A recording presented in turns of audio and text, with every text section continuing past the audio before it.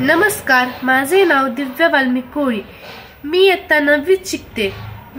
मी वाचलेल्या पुस्तकांपैकी मला रावण राजा रक्षांचा हे पुस्तक सर्वात जास्त आवडले। या पुस्तकाचे लेखक शरद तांदळे हे आहेत।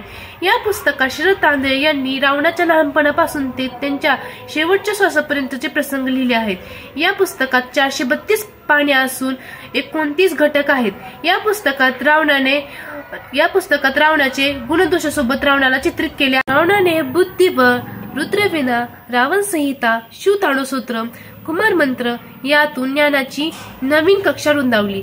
रावणाने असुर, दैत्य, दानव इतर भटक्या जमातींना एकत्र करून राक्षस संस्कृतीची निर्मिती केली। रावणाने राज्यशास्त्र, आयुर्वेद इत्यादी विषयात पंडिते हासिल केले।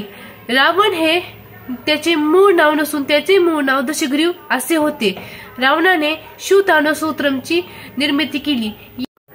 जटाटवीकलच्चलं प्रभावपावितस्य गले फलम्ब्यलम्बिताम्बुजंग तुंगमालिकं नमट्टमट्टमट्ट मण्णिनादवट्टवर्मयं चकार चन्द्रताण्डवं तनोतु नः शिवः शिवं जटाकटात् संग्रमण्यनीपनीपनिर्जरी विलोवलीजि वल्लरी विराजमानमूर्धनि धगद्धगद्धगद्धज्वल्ललाटपट्टपावके किशोरचन्द्रशेखरे रतिप्रतिक्षणभ्मन।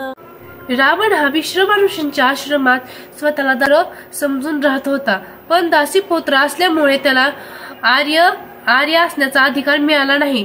त्यामुळे रावणाच्या मनामध्ये देवांविषयी शत्रुतेची भावना प्रकट झाली। रावणाने दानव, असुर इतर भटक्या जमातींचे नेतृत्व करून त्यांच्या पूर्वजांची लंका वापस मिळवली व त्याने आर्यव्रतावर अधिकार मिळवला। त्यानंतर त्याने यम, वरुण व इंद्रदेवांना कैदीमध्ये ठेवले। दशग्रीव हे नाव बदलून रावणाला रावण हे नाव महादेवाने दिले।